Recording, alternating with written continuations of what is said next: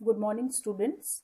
Last time जब मैंने ये लेसन स्टार्ट किया था, nationalism, the rise of the nationalism in Europe, तो हमने लेसन के कुछ पार्ट्स जो हैं वो किए थे।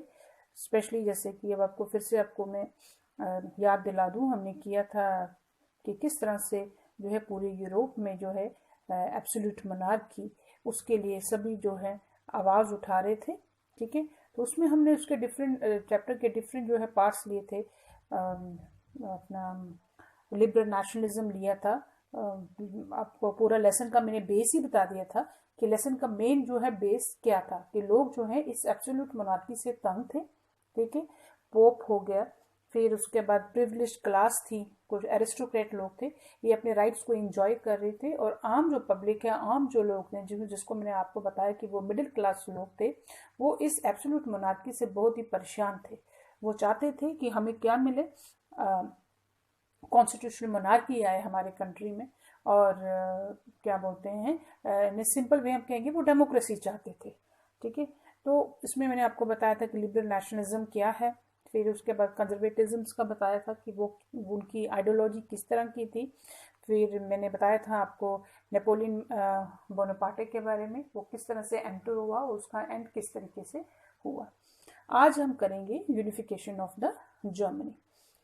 अब यूनिफिकेशन ऑफ जर्मनी में ये सबसे पहले आपको पता होना चाहिए कि जर्मनी भी जो है यूरोप में ही आता है। अब जर्मन ऐसी उस टाइम ये टेरिटरी थी कि जर्मन पीपल के ऊपर, जर्मन के लोगों के ऊपर बहुत सारी जो है कहेंगे German was ruled by the different rulers.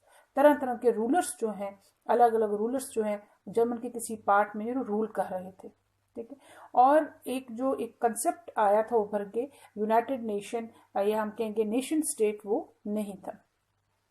वही पोप हो गया, एरिस्टोक्रेट लोग, बड़े बड़े लैंडलॉर्ड्स लोग जो हैं वो अपने राइट्स को एंजॉय कर रहे थे, और आम पब्लिक जो थी वो इस मोनार्की से बहुत ही परेशान थी।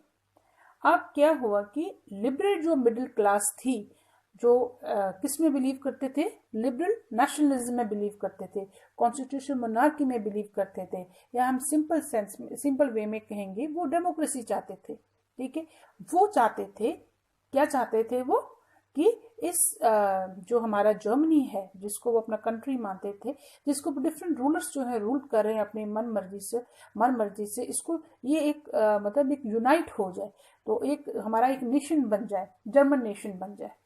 अब इसमें जो मेन प्रॉब्लम आ रही थी वो थी कंजर्वेटिव्स की आइडियोलॉजी। आपको पता है कि वो कोई किसी तरह के इनोवेशन नहीं चाहते थे। वो चाहते थे जैसे एब्सोल्यूट मोनार्की है, वो चल रही है तो वो चलती रहे।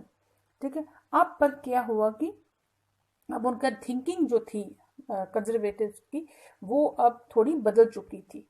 ठीक है, वो अब उन्होंने क्या किया, किस चीज को सपोर्ट करना शुरू कर दिया उन्होंने, हाँ, जो उनकी आइडियोलॉजी थी, अब वो मतलब कि now they supported this constitutional monarchy. अब वो कॉन्स्टिट्यूशनल मोनार्की को सपोर्ट करने लगे। क्यों सपोर्ट करने लगे हैं, वो उन्होंने देखा कि जब आम public, most of the population जो है वो अब लिबरल नेशनलिज्म चाहती है, वो एक कहेंगे कि मोनार्की को खत्म करना चाहती है, तो अब वो थोड़े वीक पड़ रहे थे, उनकी आइडियोलॉजी थोड़ी वीक पड़ रही थी, तो उन्होंने क्या किया, इस कॉन्स्टिट्यूशनल मोनार्की को सपोर्ट किया। कंजर्वेटिव्स ने किसको सपोर्ट किया, कॉन्स्टिट्यूशनल मोनार्की को। किस चीज को बूस्ट करने के लिए, अपनी इसी आइडियोलॉजी को बूस्ट करने के लिए, जो कंजर्वेटिव्स की आइडियोलॉजी थी। ठीक है, तो अब हम देखेंगे कि अब वो भी इसी चीज को सपोर्ट करने लगे। अब आप बताएं कि क्या था कि जो प्रशिया का किंग था, विलियम केसर वन, जो उस टाइम जो किंग था उसका नाम था विलियम केसर वन। उसने जो है जर्मनी को यूनाइट करने की रिस्पॉन्सिबिलिटी ली with the help of the Otto von Bismarck. अब ये ऑटो वॉन बिस्मार्क कहाँ से आया, बिस्मार्क जो उस टाइम प्रशिया का चीफ मिनिस्टर था। ठीक है, अब जो है इनकी आपस में काफी अंडरस्टैंडिंग थी, पर्शियन रूलर केसर विलियम वन की और बिस्मार्क की। बिस्मार्क विलियम जो वन थे, केसर विलियम वन, वो चाहते थे कि इस जर्मनी को यूनाइट किया जाए और हमारा एक नेशन हो। तो उन्होंने बिस्मार्क की हेल्प से क्या किया, और अपनी आर्मी को बुलाया, आर्मी को बुला के जर्मन का यूनिफिकेशन किया। With the help of his army उसने जर्मन यूनिफिकेशन किया। तो एज अ रिजल्ट क्या हुआ, ऑस्ट्रिया, डेनमार्क, फ्रांस, ये तीनों जो है फॉर इन 7 सालों के अंदर उन्होंने 3 लड़ाइयां लड़ी। किन्होंने, ऑस्ट्रिया, डेनमार्क, फ्रांस, ठीक है। इन तीनों ने मिलके 7 साल में 3 लड़ाइयां लड़ी और एंड में विक्ट्री किसकी हुई, विलियम केसर वन की। उसने अपनी आर्मी को भी बुलाया, ठीक है, और जर्मन का यूनिफिकेशन किया। तो और एंड में जब ये तीनों ने मिलके लड़ाई 3 साल तक जब ये लड़ते रहे तो इनकी बैटल्स होती रही। एंड में जब इनकी, अब बच्चों हम करेंगे unification of the Italy. Italy उस टाइम जो है 7 स्टेट्स में डिवाइड था और इटली के ऊपर राज करने वाले लोग कौन थे, पोप था, ठीक है। डिफरेंट जो छोटी छोटी स्टेट्स बनी हुई थी और डिफरेंट फॉरेन कंट्रीज जो थे वो इटली में आए हुए थे, वो भी मेन ऑब्स्टेकल थे, एक मेन रुकावट थी इटली को यूनिफाई करने में। तो हम कह सकते हैं कि इटली जो था उसके ऊपर, उसकी अलग अलग स्टेट्स के ऊपर अलग अलग जो प्रिंस थे वो राज कर रहे थे।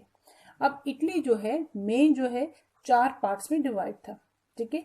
North Italy, central Italy, south Italy और उसके साथ में ही छोटा सा आइलैंड है सर्डिनिया पॉइंटमेंट, ठीक है। नॉर्थ इटली के ऊपर किसका राज था, ऑस्ट्रियन हैब्सबर्ग का एम्पायर था, राज था, ठीक है। सेंट्रल इटली में क्या था, पेपल स्टेट थी, पेपल स्टेट जो कि किसके द्वारा राज की जाती थी, पोप के द्वारा, पोप और उसकी जो अथॉरिटी थी। साउथ इटली में कौन था, साउथ इटली में एक बॉर्बन डायनेस्टी जिसको हम कहते हैं, किंग्स थे, वो बेसिकली राजा लोग थे, उनकी डायनेस्टी का नाम था बॉर्बन डायनेस्टी, वो स्पेन के राजा थे। और ये लोग थे इतने पढ़े लिखे लोग नहीं थे, ठीक है, इलिटरेट थे, इन लोगों को अवेयरनेस नहीं थी। और चौथा आपका आ गया सर्डिनिया पॉइंटमेंट, जिसके ऊपर जो इटालियन प्रिंस था उसका राज था और उस किंग का नाम था विक्टर इमैनुअल सेकेंड, ठीक है। अब जो हम देखेंगे कि ये जो विक्टर इमैनुअल सेकेंड था वो चाहता था कि इटली का क्या हो, इकोनॉमिक डेवलपमेंट हो।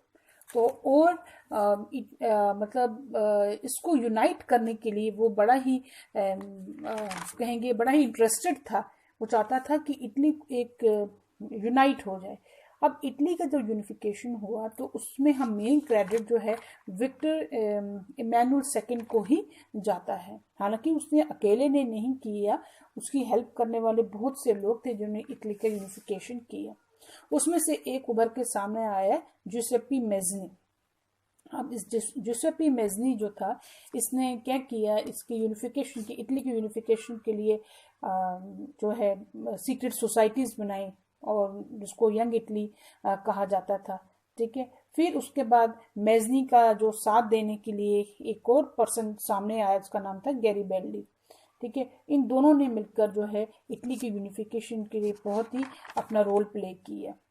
अब मैं आपको बता दूं, अब इन दोनों ने मिलकर कैसे जो है with the help of the Victor Emmanuel second जो है इटली को यूनिफाई किया। अब मैंने आपको बोला कि इटली जो 4 पार्ट्स में डिवाइड था, ठीक है। नॉर्थ इटली में क्या हुआ कि जो कैवर था, कैवर ने क्या किया, जो ऑस्ट्रियन हैब्सबर्ग था उसको हरा दिया, उसको डिफीट किया with the help of the Victor Emmanuel, ठीक है। अब सेंट्रल इटली जो था, जो सेंट्रल इटली जिसमें कि पोप का राज था, ठीक है। तो उन्होंने क्या किया, जब उन्होंने देखा कि मोस्ट ऑफ द जो है इटली है उसमें वो यूनिफाई होने जा रहा है और मतलब उसमें जो है बड़े ही काबिल लोग आगे हुए, तो उसने खुद ही अपने आप को एक साइड में कर लिया, पोप ने, ठीक है। अब बच्चों आज हम जो नेक्स्ट टॉपिक लेंगे वो है the strange case of the Britain.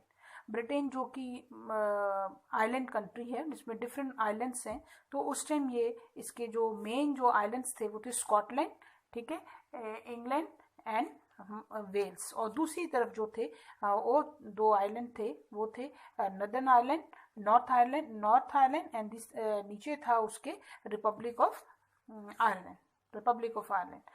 तो अब ये जो एक्चुअली ग्रेट ब्रिटेन में क्या है कि जो क्रिश्चियन रिलीजन है उसके दो जो है शाखाएं हैं, हम जिसको कहेंगे, एक कैथोलिक क्रिश्चियंस हैं और एक है प्रोटेस्टेंट क्रिश्चियंस। ठीक है, अब जो कैथोलिक वाले हैं ये थोड़े इनकी ये काफ़ी पुराने हैं, इनकी पुरानी आइडियोलॉजी है क्रिश्चियन रिलीजन के लिए, और जो प्रोटेस्टेंट्स हैं ये थोड़े नए हैं। तो अब जो स्कॉटलैंड, अब सबसे पहले इसका आज हम ले लेंगे स्कॉटलैंड ले लेंगे। अब स्कॉटलैंड की अपनी कल्चर है, अपनी उनकी पहचान थी, अपनी एक स्कॉटिश अलग से लैंग्वेज है। ठीक है, अब उसके नीचे आ जाता है इंग्लैंड आप 9th 8th में भी पढ़ते आ रहे हैं कि इंग्लैंड में जो है इंडस्ट्रियल रेवोल्यूशन आया सबसे पहले। तो जिस कंट्री की इंडस्ट्रीज जो है स्ट्रांग हो गई, उनका इकोनॉमिक डेवलपमेंट भी जाहिर है कि अच्छा था, तो वो इकोनॉमिकली बड़े स्ट्रांग थे।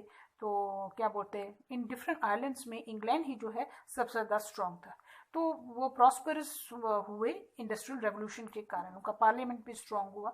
और 1688 में उन्होंने क्या किया, इस मोनार्की को छोड़ दिया और कॉन्स्टिट्यूशनल मोनार्की को उन्होंने फॉलो कर लिया।